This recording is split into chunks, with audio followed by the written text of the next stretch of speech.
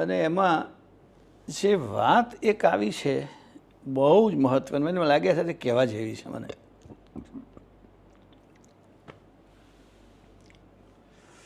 નાણંદાજી બાજુ કે દદ્દા દુર્લભ મનુષ્યાદેહી જાનો, અર્ધિક દુર્લભ સદગુરુ કો બહાનો.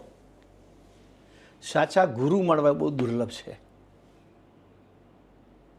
સાચા ગુરુ મળવા બહુ દુર્લભ છે. પરમ ગુરુ તો ખરા જ, પરમ ગુરુ તો સમર્થ ગુરુ છે, તે તો પરમ ગુરુ છે.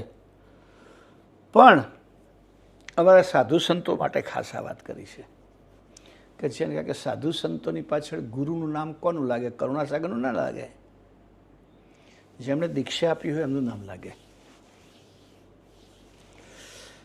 તો એક વાત એવી સરસ કરી છે, આજે મને એટલું બધું એ થઈ ગયું કે ભાઈ મોટા ભાગના કેટલાક આજના ભેખ એવું કહ્યું બાપજીએ, અબ કે કહત ગુરુ યહી ભવ કે ત્યાગ બિના તપ હિન કે. આજે જ આજકાલના જે ગુરુ બનીને બેઠા છે ને એ બધા ત્યાગ તપ વગરના, રહેણીકરણી વગરના, મોટા ભાગના. અને આપણા સંપ્રદાયમાંથી એવા જોવા મળે આપણને. હમણાં ચડ્યાતા ને છાપે શિશોદરાવાળા ભાઈ, રહેણીકરણી નહીં, ત્યાગ તપ નહીં. તો એમાંથી પરિણામ શું આવે એક વાત કરીને પછી કેવા કે તેહી કરતાર પીછે બીનું પરમિત મરમિત મોજ કરણ કે મોજ કરવા, મોજ શોખ કરવા સાધુ થયા હોય. ઉપલે ઠાઠ ભેખકું ભજવિત, ઉપર તો હા મોટા જ્ઞાની હોય એમ ફરે, પા કથા એમ કરે. પણ લવજવિત ત્યાગ તરણ કે, લજવિત ત્યાગ તરણ કે, જે મોક્ષ આપનારો ત્યાગ છે ને લજવે આ લોકો. હવે એમાં ફરક શું છે આનાથી? એ તો જાણે ખાડામાં પડે કડે. પણ બાપજી એક વાત સરસ કરી એવી કે એમના જે શિષ્યો હોય, એક સરસ વાત કરી કે એમના શિષ્ય શાખાઓ એ પણ એવા જ હોય. આ એક વાત કરી છે એમણે કે શબ્દ વાપરે છે બાપજીએ, हाँ तेहि सकल गुरु की आगम जे वही तल विश्व ठगन के तिनके शिख शाखा ते सरखे जो ते फल बरख के. અને આપણે જોયું કે ભાઈ ગુરુ 1 નંબરી, ચેલા 10 નંબરી. મેં એક ચેલાને વિચાર મેં કંઈ પૂછ્યું હતું, એટલે આનો ચેલો છે કદાચ ભણેલો હોય પણ પછી વર્ષોથી ખબર પડી કે આ તો એના કરતાં ટપાયો છે કે બેરે બેરે કાઢ્યો. રહેવા આવ્યો તો ખાલી સારું જોઈશું કે અમે 2-4 દાડા રહો, પછી અમને ફાવે તો અમે રાખીશું, અઠવાડિયું રહો, આવું કહીને લોકો રાખ્યો. પછી તો કે બીજા 3 દાડા રાતે બધું ભરલાયો જ ફળ્યું. પછી જોયું ના ઉપાસના કરવાનું, ના કશું નહીં, આખો દાડો મોબાઈલ જ, રીલો બનાવવાની. એટલે કંટાળ્યા લોકો તો. લેડીઝ આવે એની વચ્ચે જઈને બેસવાનું, ઉપાસના ના આવે, કે આરતી ના કરે. તો બધાએ બેરે બેરે બેરે બેરે એને મારીને કાઢ્યો. મારે તો નહોતો જોકે, પણ કાઢ્યો. ના નીકળ્યો તો મારા પછી એ આપણે બાલકુરિયાને પડે પાછો છો. તો આ વાત મને એટલા માટે કહેવાનું મન થયું કે બાપજીએ ચોખ્ખું કહી દીધું કે એક દાખલો ઉદાહરણ આપ્યો કે જંગલમાં બહુ જાતનો ઝાડ હોય,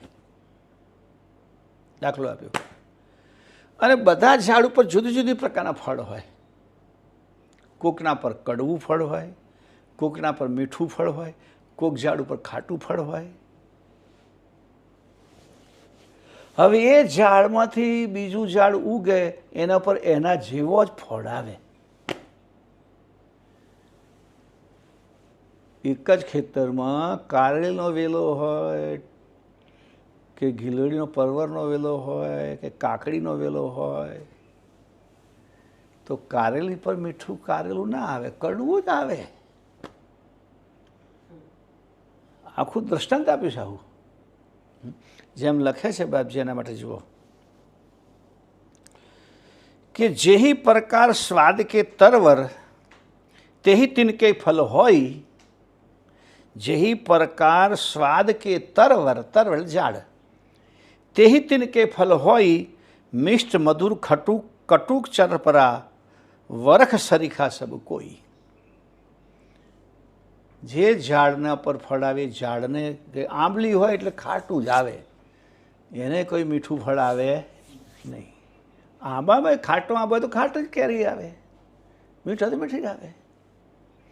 તો આ વાત આજે એટલી બધી મને યોગ્ય લાગી એટલે કહી લીધું બાપજીએ કે ભાઈ પાછું શું કહ્યું કે આમાં જો કે કંઈ શિષ્યનો વાંક નહીં, પાછો ક્યાંક ગુરુ એવા એટલે શિષ્યમાં એવું જ ગુણ આવે ને. વંક નહીં શિષ્ય કે શિરદેવ અને ગુરુ સરીખે ગુણ પાગે. જે ગુરુના સાનિધ્યમાં રહેતો એટલે ગુરુના ગુણ પાગે ને, એ ગુરુના ગુણ મેળવે. એટલે કહે છે એ તમે કહે છે તદી કે ભાઈ આ પ્રકારના ગુરુઓના શિષ્યો, એ ગુરુથી તો અળગા રહેવું પણ એમના શિષ્યો પણ એમના જેવા જ હોય. એમની પાસે તમે સારી આશા રાખી શકો નહીં. આવું સરસ એક વાત બાપજી લખી છે. આપણને અત્યારે લાગે કે વાતો સાચી છે, કારણ કે ગુરુનામાંથી શિષ્ય શીખે ને. અમે વારંવાર અમારા ગુરુજીને યાદ કરીએ કેમ કે ગુરુજી યોગ કરતા હતા, ગુરુજી આયુર્વેદ ઉપર વધારે અને હોમિયોપેથી પર આધાર રાખતા હતા, એલોપેથી દવાઓ નહીં વાપરવાની, વહેલા ઉઠવાનું, આ બધું ગુરુજી જે કરતા હતા તો આપણને એમ લાગે કે ભાઈ અમારા ગુરુજી આવું કરતા હતા તો એ ગુણ અમારામાં આવે, સ્વાભાવિક છે. સાદું જીવન જીવતા હતા, સાદું ભોજન લેતા હતા. તો એ રીતે તો આ એક બહુ સમજવા જેવી વાત. ગ્રંથોમાં કશું કહેવાનું બાકી રાખ્યું નથી, છતાં પણ કોઈક ભૂલા પડે. જ્ઞાન બધા ગુરુગાદીના જેટલા અનુયાયી છે બધા શીતળ ગુરુગાદીના આચાર્યની પરંપરા પ્રમાણે જ હોય.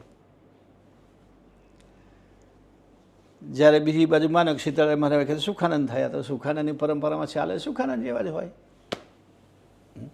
એ ઉપાસના નહીં, જનોય નહીં, કશું નહીં, કંઈ તિલક નહીં, તો એ પણ એવા જ હોય એ પરંપરામાં આવે. એટલે જ્યારે નેમી મહારાજની પરંપરામાં આવે નેમી મહારાજ જેવા હોય. એટલે આ વાતનો મુદ્દો બહુ મહત્ત્વનો પરમ ગુરુએ આપણને કહ્યો. શાખા એટલે પરંપરા, એમ કે જે શાખામાંથી શિષ્યો નીકળ્યા એ શાખાને જ અનુસરે, એમાં કશો ફેર પડે નહીં. નહીં આપણે જોયું આપણા સંઘમાં રહેતા લાંબો ફેર ના પડે. સ્વાર્થ હોય તો સુધી હાજી હાજી, પછી પાછા ફટાફટ. ગંગા ગયે તો ગંગાદાસ, જમના ગયે તો જમનાદાસ. કેમ કે મૂળ જે લાકડામાંથી બનેલું હોય સંદૂક એવો જ ગુણ હોય ને એમાં. જે ઝાડ પરથી આવેલું ફળ હોય, આપણે ગમે એટલું આંબલીને પાણી પીએ તો કે થોડું મીઠી આંબલી આવે તો ખાટી જ આવે, એ સ્વાભાવિક છે. તો એ વાત મેં આજે એટલા માટે અહીંયા રજૂ કરી કે હું આજે આ ગ્રંથનું બધું કરું છું એટલે ફરી પુનઃ આમાં કેવું છે, પહેલાં ગ્રંથની શિબિરો પણ કરી હોય, ચોપન અર્થ કરીને બધાને સમજાયા હોય. અત્યારે ગ્રંથનું જે લખવાનું ચાલે છે એટલે એક એક શબ્દનો વિચાર કરવો પડે, એક એક શબ્દના અર્થ જોવા પડે, શબ્દકોશ ખોલવો પડે, એની સાથે પાછો બંધ બેસતો અર્થ. મને પૂછ્યું કે મારી કોઈ બેન અર્થ કરે છે કે મને પૂછ્યો કે આ અર્થ બરાબર? મેં કીધું એક શબ્દના અનેક અર્થ થાય અને કેટલાક અર્થ તો વિરોધાભાસી થાય. એટલે પૂર્વાપુરુષ શાનો સંબંધ છે એ પ્રમાણેનો અર્થ લેવાય. ઘણા શબ્દો એવા છે કે જેના એકદમ વિરોધાભાસી અર્થ, ઉત્તમ શબ્દ અર્થ પણ હોય છે અને કનિષ્ઠ પણ ભાવાર્થ હોય છે એનો. તો આપણી ચોપાઈમાં કઈ પ્રકારનું લખાણ છે, કઈ પ્રકારની વાત ચાલે છે, પૂર્વાપર સંબંધ શું છે, એ પ્રમાણે એનો અર્થ કરવો પડે. અને ઘણા શબ્દો તો એવા છે ડિક્શનરીમાં મળે જ નહીં.